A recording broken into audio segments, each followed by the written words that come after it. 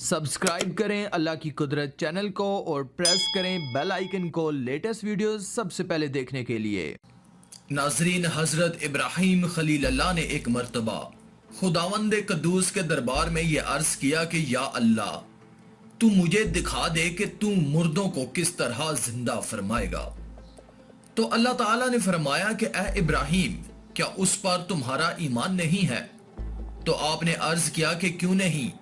میں اس پر ایمان تو رکھتا ہوں، لیکن میری تمنا یہ ہے کہ اس منظر کو اپنی آنکھوں سے دیکھ لوں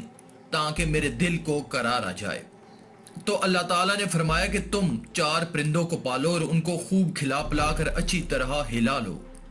پھر تم انہیں ذبح کر کے اور ان کا قیمہ بنا کر اپنے گرد و نواح کے چند پہاڑوں پر تھوڑا تھوڑا گوشت رکھ دو، پھر ان پرندوں کو پکارو تو وہ پرندے زندہ ہو کر دوڑتے ہوئے تمہارے پاس آ جائیں گے اور تم مردوں کو زندہ ہونے کا منظر اپنی آنکھوں سے دیکھ لو گے۔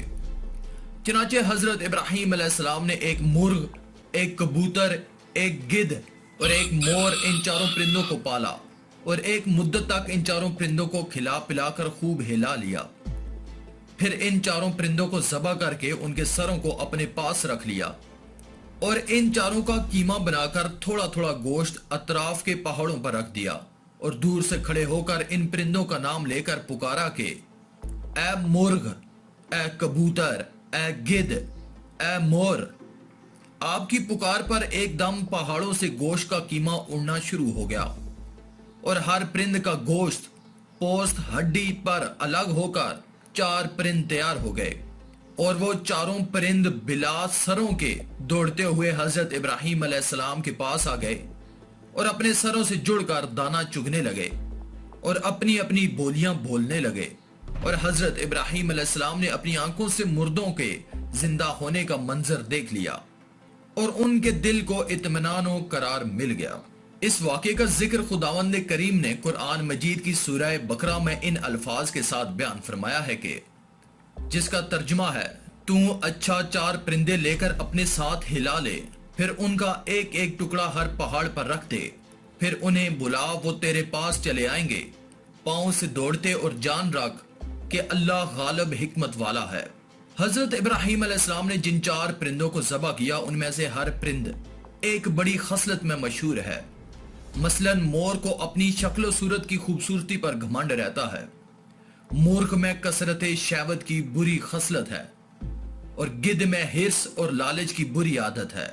اور کبوتر کو اپنی بلند پروازی اور اونچی اڑان پر غرور ہوتا ہے۔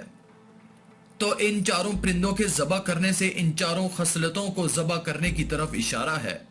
کہ 4 پرند ذبح کیے گئے تو حضرت ابراہیم علیہ السلام کو مردوں کے زندہ ہونے کا منظر نظر آیا اور ان کے دل میں نور اطمینان کی تجلی ہوئی، جس کی بدولت انہیں نفس مطمئنہ کی دولت مل گئی۔ تو جو شخص یہ چاہتا ہے کہ اس کا دل زندہ ہو جائے اور اس کو نفس مطمئنہ کی دولت نصیب ہو جائے، تو اس کو چاہیے کہ مرغ ذبح کرے، یعنی اپنی شہوت پر چھری پھیر دے، اور مور کو ذبح کرے، یعنی اپنی شکل و صورت اور لباس کے گھمنڈ کو ذبح کر ڈالے، اور گدھ کو ذبح کرے، یعنی حرص اور لالچ کا گلا گھونٹ ڈالے، اور کبوتر کو ذبح کرے، یعنی اپنی بلند پروازی اور اونچے مرتبوں کے غرور و نخوت پر چھری چلا دے۔ اگر کوئی ان 4 بری خصلتوں کو ذبح کر ڈالے گا تو انشاءاللہ تعالی وہ اپنے دل کے زندہ ہونے کا منظر اپنی آنکھوں سے دیکھ لے گا اور اس کو نفس مطمئنہ کی سرفرازی کا شرف حاصل ہو جائے گا۔